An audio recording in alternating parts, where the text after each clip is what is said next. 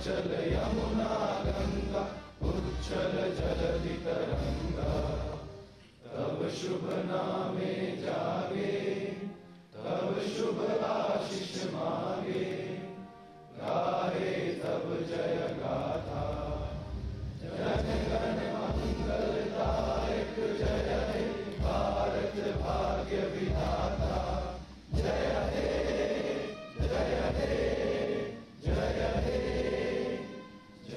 जय जय हे।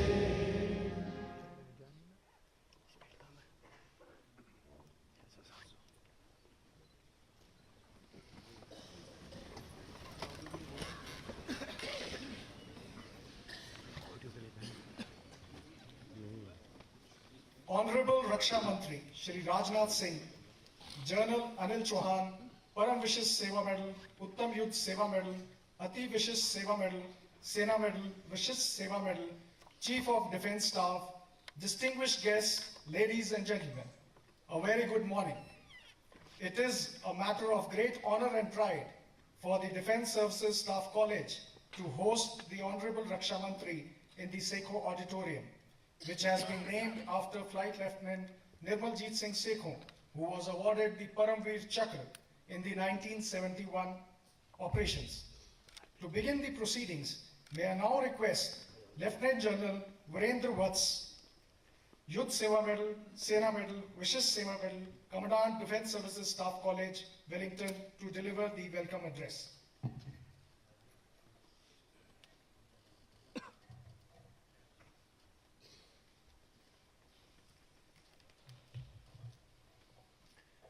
Honorable Raksha Mantri Shri Rajnath Singh, General Anil Chauhan, Param Vishish Seva Medal, Uttam Yudh Seva Medal, Ati Vishish Seva Medal, Sena Medal, Vishish Seva Medal, Chief of Defence Staff, distinguished guests, ladies and gentlemen, Jai Hind and good morning to all of you.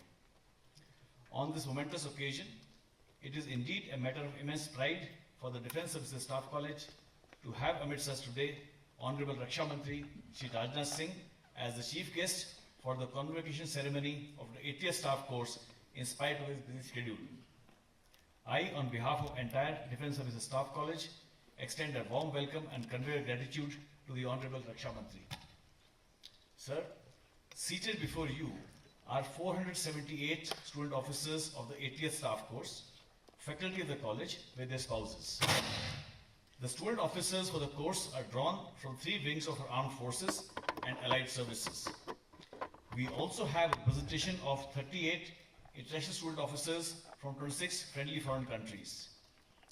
Today's convocation ceremony marks the culmination of the 45 weeks long course that commenced on 3rd of June 2024. The aim of the course, sir, is to train and educate selected officers of the armed forces for staff and command functions across the entire spectrum of conflict in a single and joint service environment. In appointments tenable by majors to colonels in the army and their equivalent ranks in the Navy and Air Force.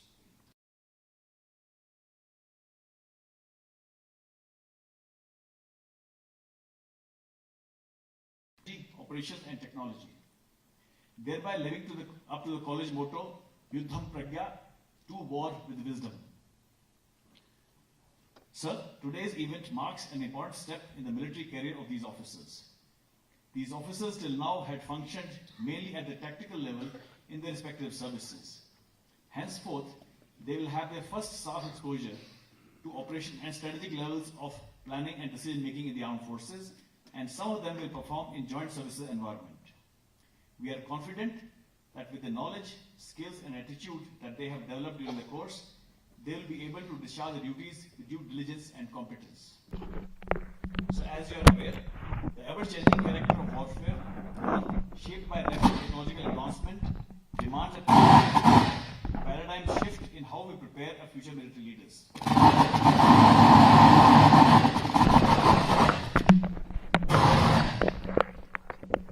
Warfare is no longer confined to traditional battlefields.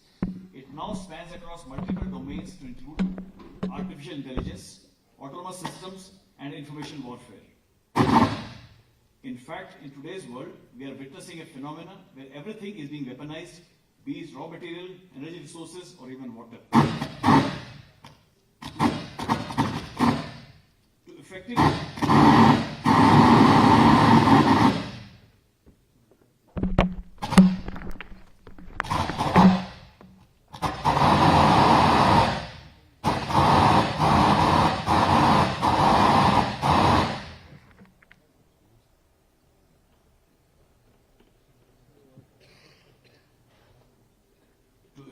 respond to these challenges, military education must evolve to foster intellectual agility, inter-domain synergy, and a profound understanding about changing landscape of warfare.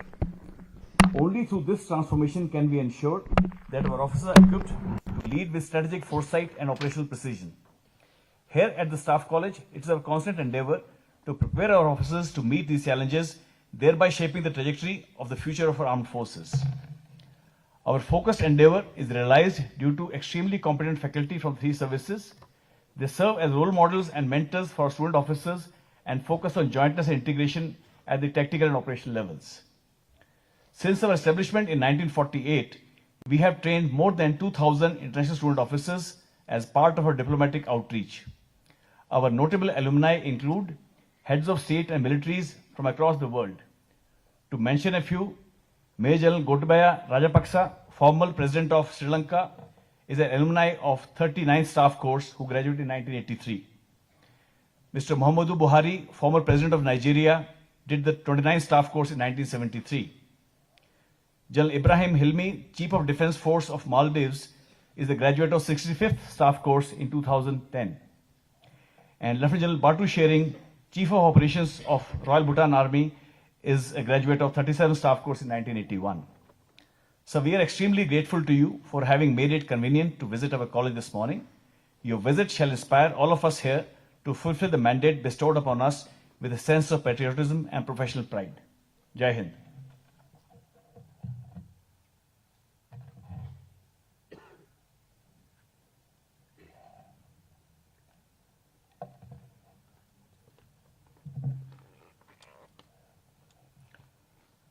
Thank you, sir. May I now request Lieutenant General Virendra Vats, Commandant Defence Services Staff College, to present the college memento to the Honorable Raksha Mantri.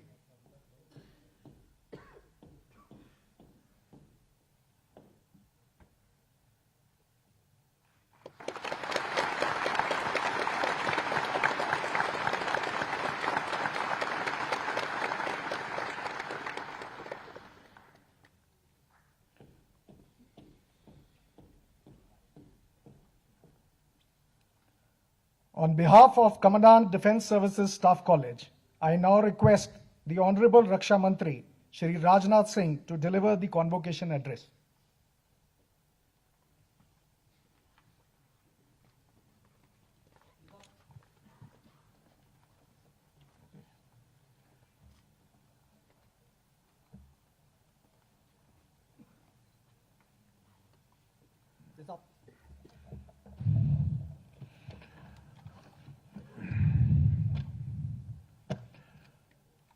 Chief of Defence Staff General Anil Chauhan, Lieutenant General Virendra Vats, Commandant Defence Services Staff College,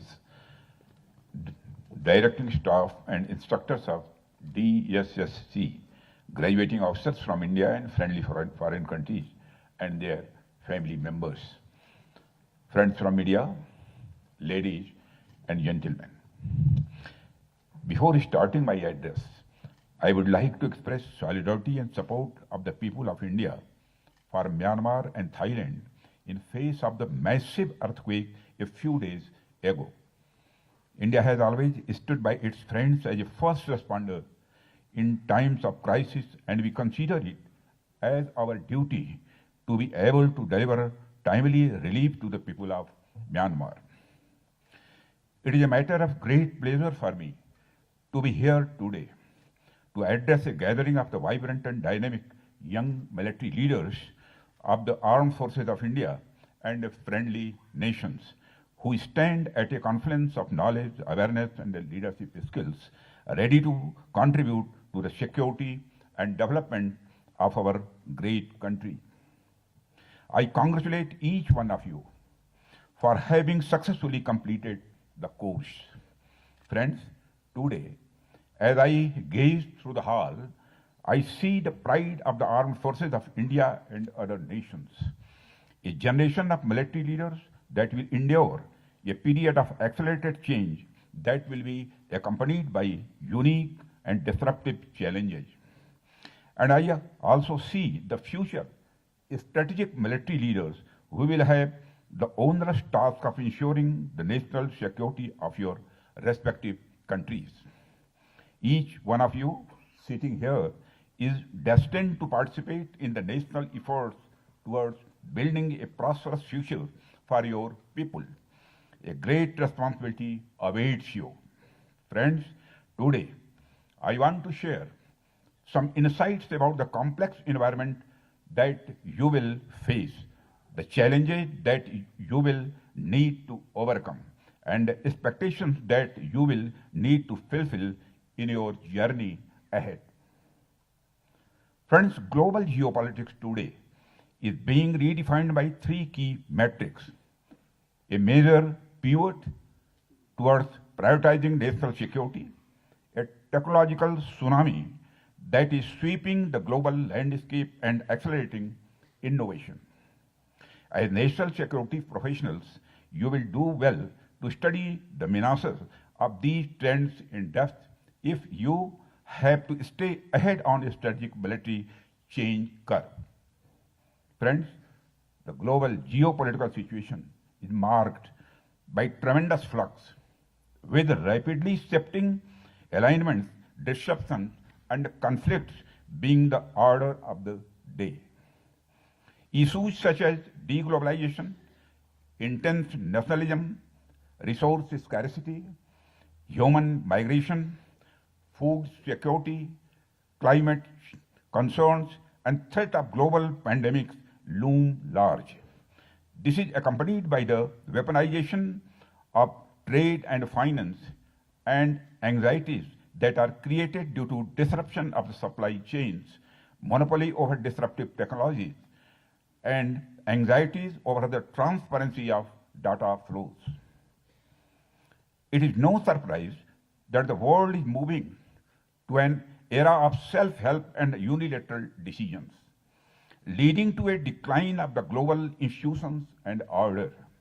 And we are seeing this unfold before our very eyes today. Friends, technology today is a driving geopolitics and national security like never before.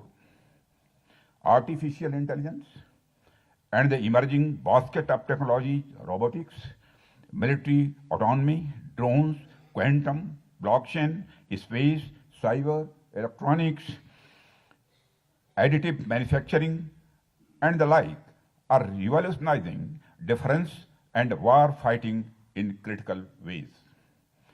Warfare is moving rapidly beyond the traditional domains of land, sea, and air to space, cyber, the undersea, and newer domains of creative endeavor. Drones, for instance, has emerged in Ukraine-Russia conflict virtually as a new arm, if not a transformative science. The majority of the losses of the soldiers and the equipment have been attributed neither to traditional artillery nor to armor, but to drones. Space capacities in the low Earth orbit, similarly, are transforming military intelligence, persistent surveillance, positioning, targeting, and communications, thus taking combat to a new high. The power of technological innovation in combat threats is breathtaking indeed. Friends, the ongoing conflicts and the contemporary trends highlight the fact that the traditional notions of warfare are being rewritten.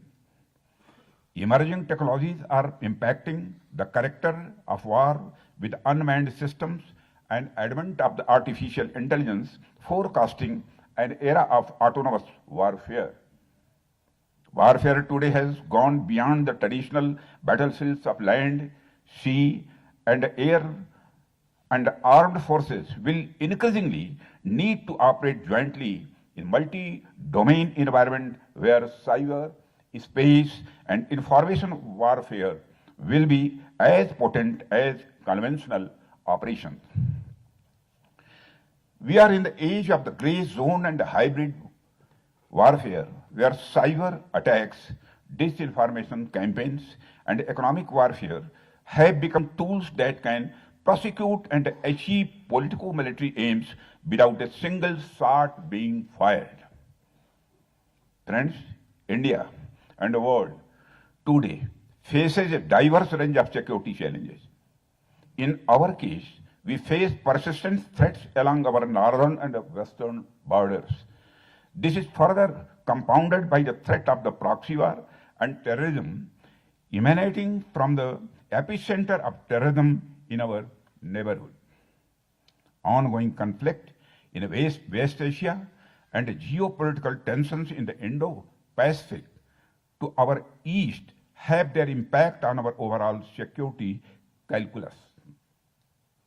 In addition, capability to address non-traditional security threats to include natural disasters and the climate change effects are increasingly becoming important. This brings me to the question that what does this imply for all of you? In the environment that I have just described, where the world around us is evolving rapidly with new security dynamics and challenges emerging every day, the focus of every nation and each one of you has to remain ahead of the curve and be future ready. Friends, as India moves towards our Prime Minister's visionary goal of the Viksit Bharat by 2047, a fully developed, self-reliant and globally respected India, it is imperative to recognize that this vision rests firmly on two fundamental pillars. Surakshit Bharat, or secure India, and Sashakt Bharat, or strong India. While Surakshit Bharat gives us the confidence to dream, Sashakt Bharat gives us the strength to achieve those dreams. Our armed forces, through unwavering vigilance and sacrifice, ensure a secure India. So how are we to achieve this vision? Friends, I feel the approach has to be guided by the Defense Service Staff College. Here, with 8 to 10 years of the average service, you have a long career span ahead of you, where you could be the future change makers. Let me explain how. The start point has to be the development and the modernization of our armed forces. Technology today is not a support element but a decisive enabler of operations. Our armed forces must therefore not only keep pace with technological changes, but also lead it. The need for us is to develop low-cost, high-tech solutions and enhance the fighting capability of the armed forces. In order to remain capable and relevant for future wars, we need to vigorously pursue the transformation of our armed forces. New perspectives, doctrines, concepts of operation, and structures need to be created and refined in keeping with the changing nature of threats and war fighting methodologies. Friends, as I highlighted earlier, the canvas of the threats that we face and therefore the need to respond to has to be enhanced. So while enhancing our capabilities to prosecute conventional war and respond to conventional threats, we must ensure that we cater for capability and capacity to address the challenges of non-traditional threats as well. The need to respond to natural disasters is a case in point. Friends, the second important aspect is that this focus on development and modernization is increasingly realized through Atmanirbhar or self-reliance in defense. Lessons of the ongoing conflicts teach us that building resilient, indigenous, and future-ready defense technological and the manufacturing ecosystem is not an option but a strategic necessity. Thirdly, protecting the national security of our nation will require us to enhance synergy between all components of our national power. Therefore, fostering a whole-of-nation approach while undertaking actions in the entire spectrum of diplomatic, informational, military, economic, and technological domains is key to ensuring success in this endeavor. Finally, we need to remember that achieving a better future and a prosperity for our peoples and the nation will always remain a collective pursuit.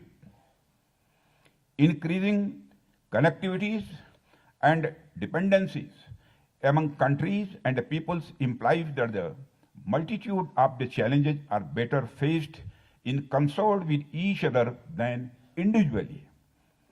Mutual interest and synergy will help us to achieve such concert at sub-regional, regional, and even global levels.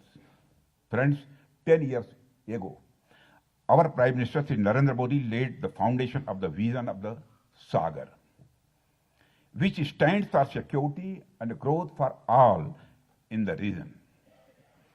This vision was for the stability and the prosperity of the Indian Ocean region. Today, we have taken this further and our Prime Minister has announced our vision for the global South, which going beyond Sagar is defined as Mahasagar. That is mutual and holistic advancement of the security and growth across regions. Friends, in pursuit of our need to modernize and remain relevant for the future, Ministry of Defense has decided to observe year 2025 as the year of reforms. This would aim at transforming the armed forces into a technologically advanced, combat-ready force capable of multi-domain integrated operations. 9 broad areas have been identified, and addressing the entire range of modernization imperatives to include defense acquisition and procedural reforms. I am pleased to share that collectively we are making significant progress on the goals we have set for ourselves. Friends, this brings me to the final question of what is your role and responsibility in this entire endeavor. I wish to define this by the first alphabet A 5 times. First and foremost is aware. First and foremost is all of you will need to remain aware of the environment and its implications for you as war fighters and protectors of the national security. This will require that you must develop the ability of the critical thinkers capable of analyzing issues, extracting relevant deductions, and anticipating future requirements. Be conscious of the changing technology, the geopolitical landscape, and the emerging national security requirements.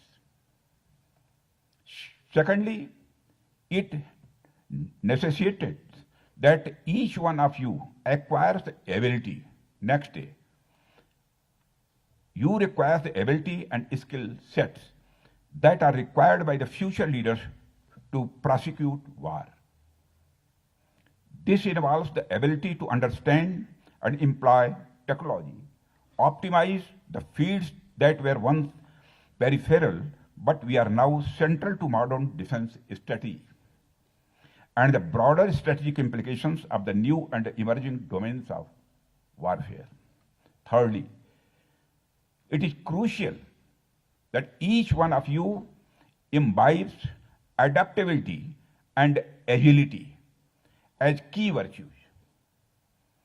The battlefield of tomorrow will require leaders who can adapt to unforeseen circumstances, leverage technologies to their advantage, and come out with innovative solutions. Lastly, it is expected that each one of you becomes ambassadors of their respective armed forces. There are two facets to this role. Each one of you has to be an ambassador of change in his or her respective domains and area of influence. By questioning the status quo and infusing new ideas, perspectives, and energies into your own spheres, you will foster a cultural revolution that will catalyze the transformation process. Each one of you also has to be the perfect role model of the organization that he or she represents among the society at large. As our ancient scriptures guide us, Seva Paramo Dharma, service is the highest duty, must guide our every decision.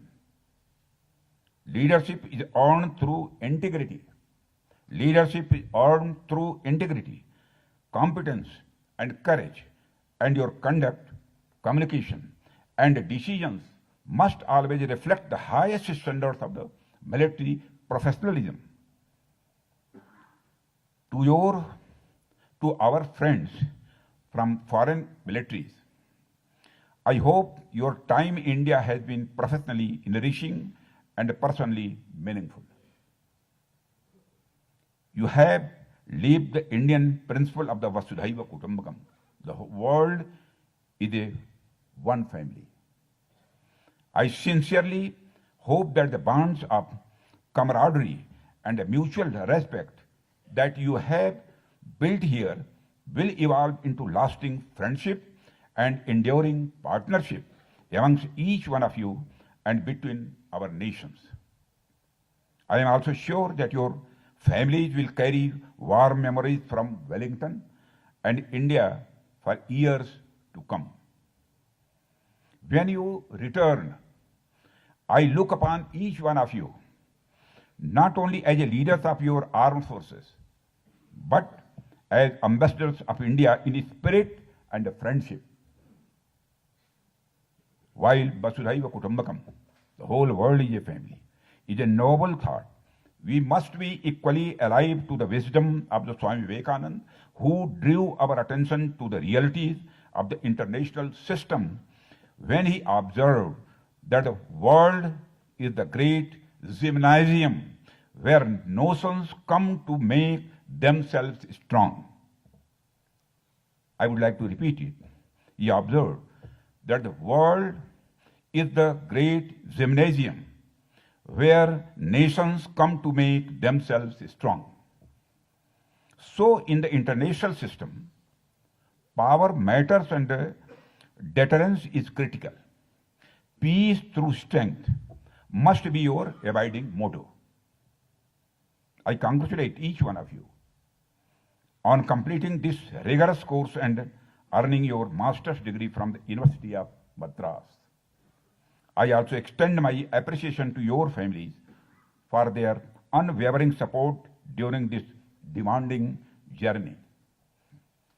I commend the Commandant and the faculty of DSSC for their outstanding work in preparing the next generation of tri-service leaders, officers who are ready for the realities of today's world and the uncertainties of tomorrow, and officers who shall operate jointly and fight in an integrated manner.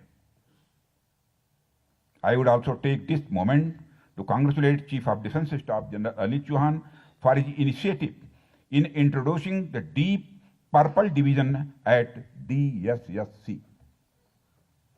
I am told that this division would prove to be a pioneer for enhancing jointness and integration in professional military education. Finally, as you step out of the hall today and graduate to more complex roles, let me remind you, you are no longer just executors of plan, but stewards of the transformation. Amongst you are the future strategic leaders of the armed forces. Our nations expect you to shoulder the responsibility to lead with purpose, to steer with the clarity, and to inspire with the conviction.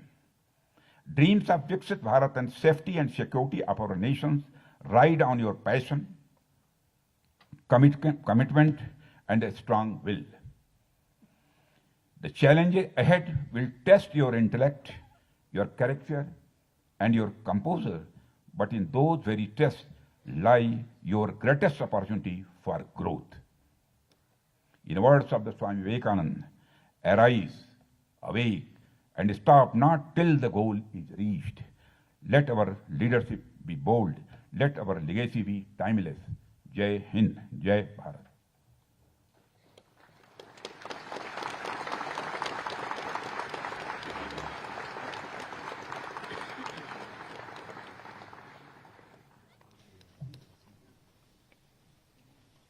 Thank you, sir.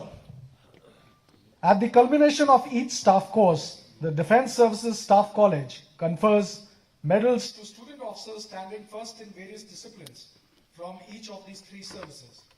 A total of 9 medals and 1 cash award will be conferred today for outstanding performance during the 80th staff course.